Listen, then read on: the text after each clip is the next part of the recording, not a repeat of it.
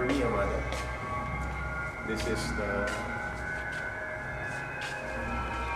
Yamada, where are we now? What is this place?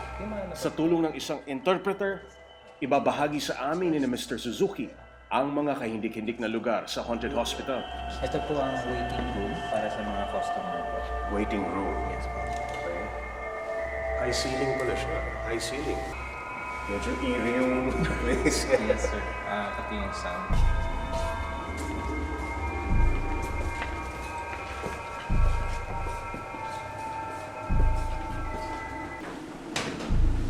So where are we?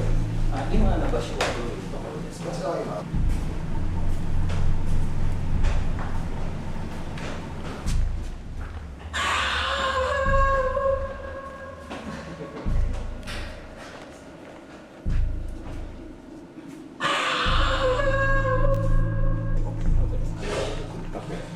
Sa next po natin po na yung operating.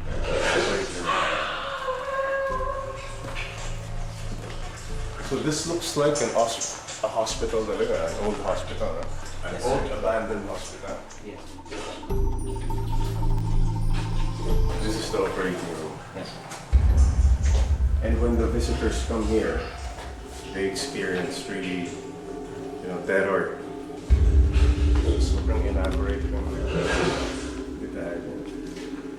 It's really scary, ha?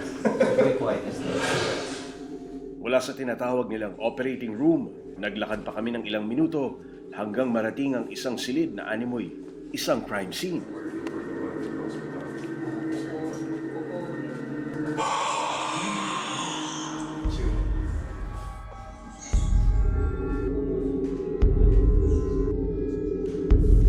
Napansin ko dito sa haunted hospital, habang lumalalim, habang tumatagal ka sa loob, yung mga imahe, lalong naging nakakatakot.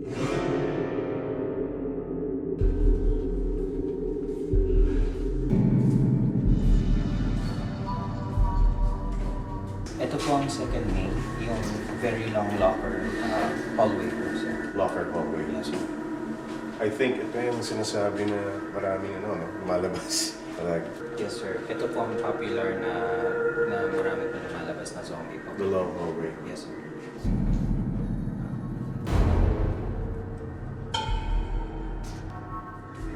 How long have you been working for the haunted hospital?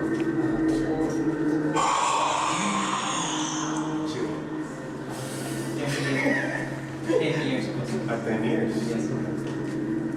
In 10 years, you've seen a lot of terrified people. Yes sir, marami. And then the sound heightens the... Puno po siguro. It's scary.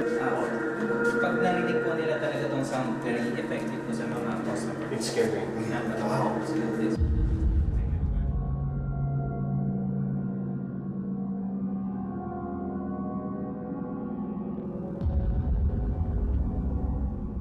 Ito na yung huling bahagi nung trip dito sa haunted hospital. Hindi rin kami pinayagan na makunan yung makikita sa loob dahil hindi raw talaga pwede makita. So, palagi ko hindi nyo na makikita. Kailangan nyo pumunta ng Japan para makita nyo yung huling bahagi ng nakakatakot na pasyal na ito. Okay.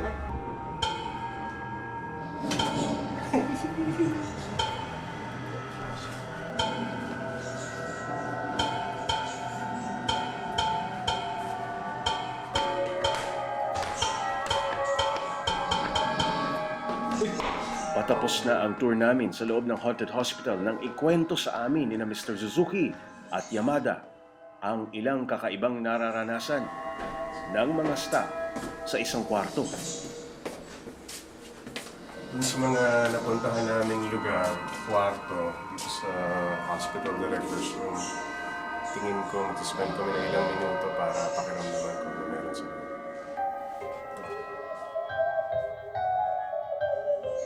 At dito na nga namin napagpasyahang mag-lockdown ng ilang minuto.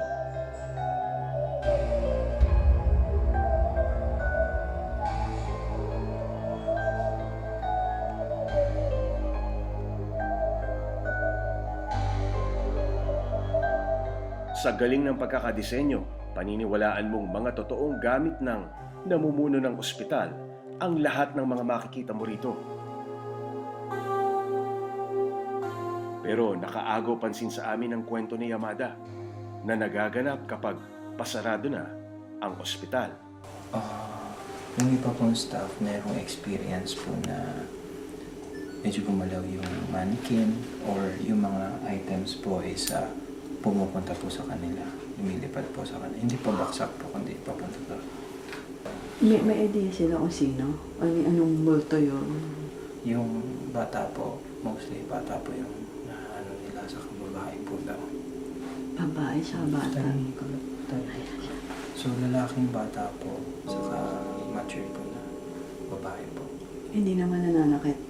本当にはしないんですけど鏡に映ったりとか Hindi naman po daw nangahawak, pero nakikita po daw nila sa salamin. Wala pang kalahating oras ang itinagal namin sa silid ng hospital director. Kailangan na raw namin kasing lisanin ang lugar. Wala kaming naramdaman sa ikli ng aming itinagal sa loob ng kwarto. Pero sa aming paglabas, may narinig daw ang isa naming kasama. Isang creaking sound na nagmumula sa isang swivel chair. Bakit ano po andoon? Rice cooker daw.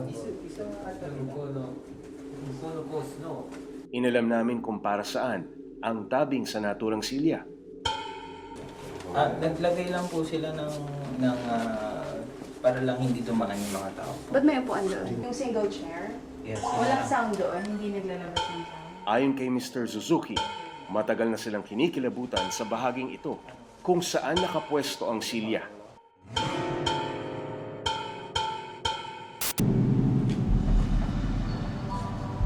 Inabot na kami ng alas 9 ng gabi sa Haunted Hospital. Arigato. Good night.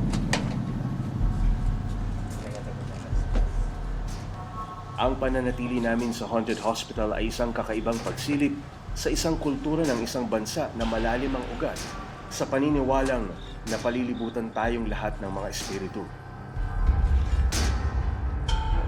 Ano man ang paniniwala ng bawat pumapasok sa Haunted Hospital, hindi maitatatwa na buhay ang imahinasyon nating lahat pagdating sa katatakutan.